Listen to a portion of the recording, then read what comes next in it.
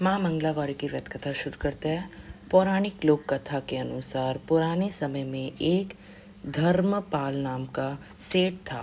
उसके पास धन धान्य की कमी नहीं थी, लेकिन उसके वंश बढ़ने के लिए उसके कोई संतान नहीं थी। इस वजह से सेठ और उसकी पत्नी काफ़ी दुखी रहते थे, जिसके चलते सेठ ने कई जप तप ध्यान और अनुष्ठान किए, जिससे देवी प्रसन्न हुई।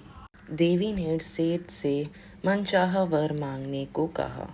तब सेठ ने कहा कि माँ, मैं सर्व सुख और धन ध्यान से समर्थ हूँ, परंतु मैं संतान न सुख से विचलित हूँ।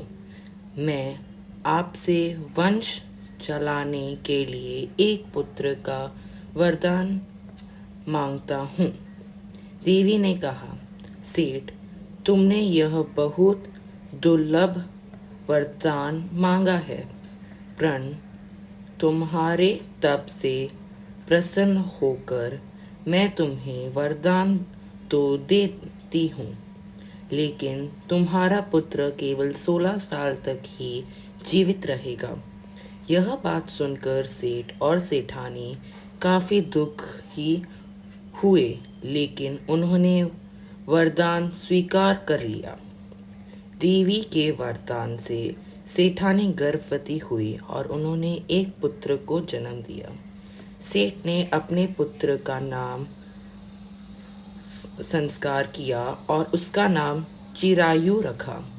समय बीतता गया और सेठ सेठानी को पुत्र की मृत्यु की चिंता सताने लगी।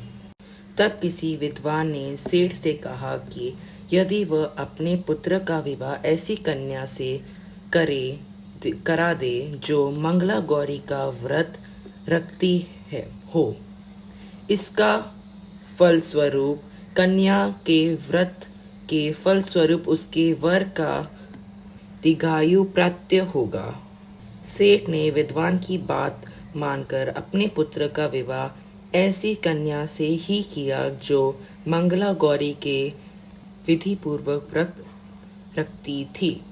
इसके परिणाम स्वरूप चिरायु का अकाल मृत्यु दोष स्वतः ही सम्मानित हो गया और राजा का पुत्र नामानुसार चिरायु हो उठा। इस तरह जो भी पूरे श्रद्धा भाव से माँ मंगला गौरी का व्रत रखता है, उसकी सभी इच्छाएं पूर्ण होती है। हे माँ मंगला गौरी, आप सबके ऊपर अपना आशीर्वाद बनाए रखना और कभी भी किसी को भी कोई भी दुख ना देना। जो भी आपका व्रत करे उसके सारे पाप मिटा देना। अगर आपको ये कथा अच्छी लगी तो मेरे चैनल को सब्सक्राइब करें और लाइक करें। जय हो माँ मंगला गौरी।